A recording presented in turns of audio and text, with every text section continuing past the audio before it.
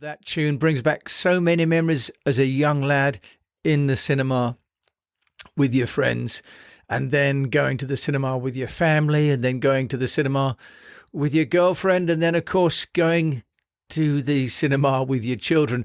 The Pearl and Dean theme song. Now, the company itself made that sound, and it became synonymous with popcorn, soft drinks, and entertainment and escapism. So today on this episode of Speak PR, I'm going to talk about sonic branding, because I'm leading a masterclass called Speak PR, and one of the students had made an audiogram, and she'd used a piece of music to go with a theme of her company. And it just got me to thinking about what would have been the best music. How would you choose the music? So I want to do a little bit of research and just have a bit of a think about the sound quality that your company projects and what kind of clues your music gives to your brand. So there are a few scenarios that you might want to think about if you're thinking about sonic branding. And the reason I think it's public relations is because every touch point, every experience that a potential customer or member of staff or partner has with your company creates an impression. And you can manage that impression through obviously what they see, what they read, but also what they hear. And what they hear isn't always speaking voices. So let's just look at when you might want to think about sonic branding or sonic communications. Now, you want to use this if your brand is appearing in audio or video media. Now, this is something I thought about because for this podcast, I had to select a theme tune. Actually, I went through quite a few different kind of tracks. I wanted something that was a little bit modern, but not too metallic and not too synthesizer. I wanted something that was mature, but not old age. And I wanted something that was a little bit intriguing, but not too mystical. So if you've got content that you're creating for social media, for video, for TV, for radio, streaming audio, streaming video, if you're creating audiograms, sound is something you have to think about, a theme tune, if you like, for your own company. Now, what about if you have a device that is complemented by a sound, something that reminds you that you're about to use it, and that could become a reminder and let other people around you hear that tune?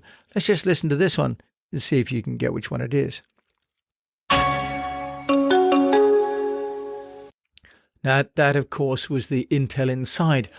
I use a Mac, but I still recognize that from when I had my old Toshiba laptop.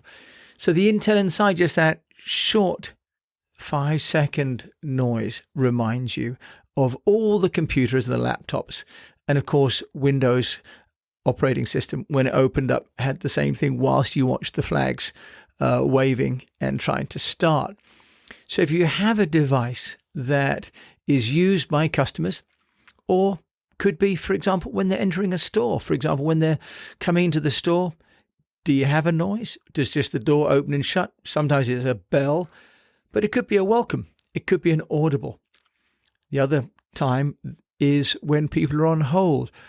Back in 1995, when I went to Singapore, there was a company called Service on Hold.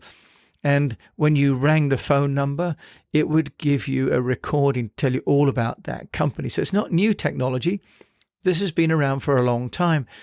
But how many people are currently using that for their own call centers or customer care centers? That's another way to increase the recognition and the recollection of your brand. Now, is this a worthwhile thing to do? MasterCard believes so, because in 2019, they spent $15 million on a new sonic brand. The Windows I've talked about, but also on the iPhone. The iPhone originally had the default ringtone of the marimba ringtone, if you remember that one. But in 2017, they rebranded the default sound to Reflection.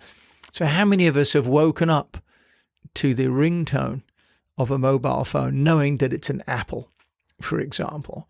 Not because we've seen it, but because we've heard it.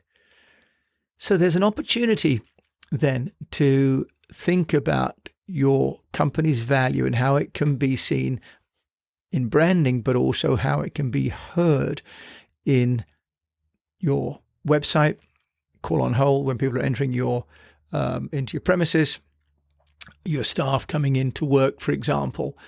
Now, there's an example, there's a company actually in Manchester that actually creates audio. It's called PHMG, and they talk about the physiological and psychological connection between sound and emotion. That when we hear things, we have a connection to those sounds. It makes sense. You hear a dog bark, you have one impression. You hear a baby cry, another. You hear a certain kind of song, it'll remind you of a particular time in your life, and so on. So there's a connection between what we hear and what we think about at an emotional level, and we can use that with sonic branding. This Manchester company, PHMG, is a specialist in sonic branding, and they talk about two of their clients on their website, one of which is a company called American Flyers. And the way that it articulates the brand is that they had a quiet confidence in their ability to educate and to inspire. And they wanted to express this in a light, nostalgic track that carries a strong feeling of pride in aviation history. They say the core melody is carried by smooth horns to create uplifting, encouraging sound, while in the background the warm orchestral strings and subtle drum flourishes suggest honest approachability.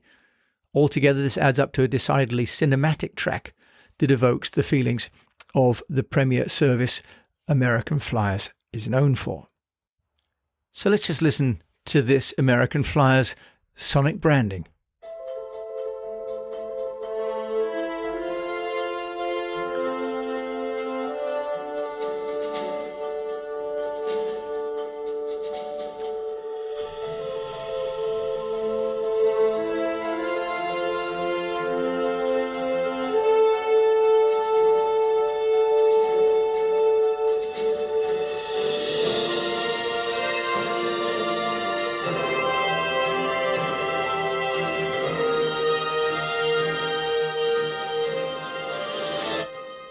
Okay, so I think we get the idea. Uplifting and soaring it is indeed.